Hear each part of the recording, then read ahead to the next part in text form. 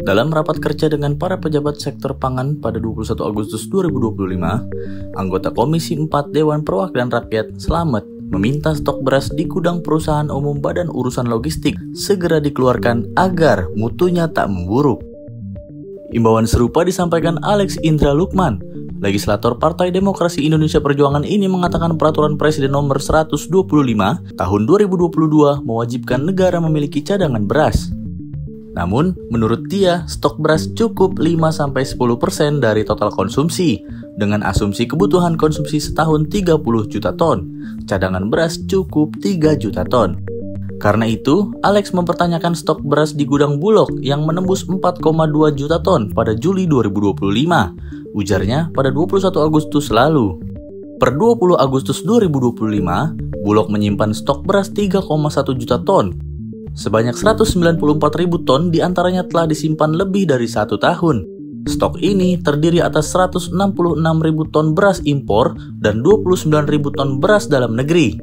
Selain itu, ada 993.000 ton beras berusia 7-12 bulan, 1,33 juta ton berusia 4-6 bulan, 1,6 juta ton berusia 2-3 bulan, dan 318.000 ton berusia 0-1 bulan. Stok beras menumpuk akibat Bulog terus menyerap gabah petani ketika penyaluran bantuan pangan dan beras SPHP ditetapkan pada awal Februari 2025.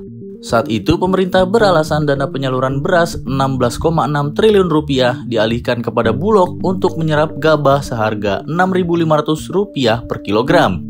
Pemerintah pun urung menyalurkan beras sepanjang Januari sampai Februari. Setelah penyaluran tertahan beberapa bulan, Kementerian Pertanian mengklaim telah mencapai stok beras tertinggi sepanjang sejarah Bulog yang berdiri pada 1957, yakni sebesar 3,5 juta ton pada awal Mei 2025. Stok ini terus meningkat hingga 4,2 juta ton pada akhir Juli lalu. Rapat koordinasi terbatas pangan pada 13 Februari 2025 menyepakati bantuan akan disalurkan kembali setelah Bulog menyerap beras 1,5 juta ton dengan memperhatikan harga gabah. Namun hingga April, ketika target itu tercapai, bantuan tak kunjung disalurkan. Pemerintah beralasan panen raya berlangsung dan harga gabah masih di bawah harga pembelian pemerintah. Akhirnya, penyaluran bantuan pangan dan beras SPHP disepakati dalam rapat terbatas bersama Presiden Prabowo Subianto pada 2 Juni 2025. Pemerintah akan menyalurkan bantuan beras periode Juni sampai Juli kepada 18,2 juta penerima.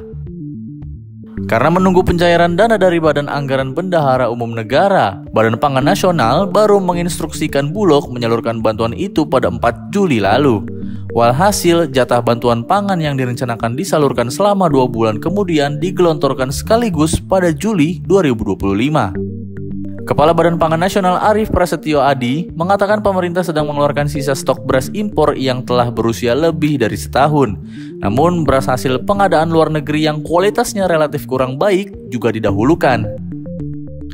Kendati penyaluran beras kembali bergulir, sejumlah kalangan mengingatkan risiko turun mutu jika beras terlalu lama disimpan di gudang.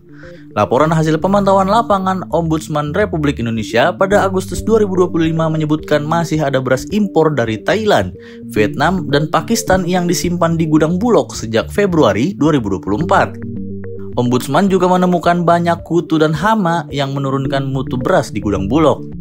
Hasil uji tanak menurut Ombudsman menunjukkan adanya bau apak dari beras yang diperoleh saat kebijakan inequality diberlakukan.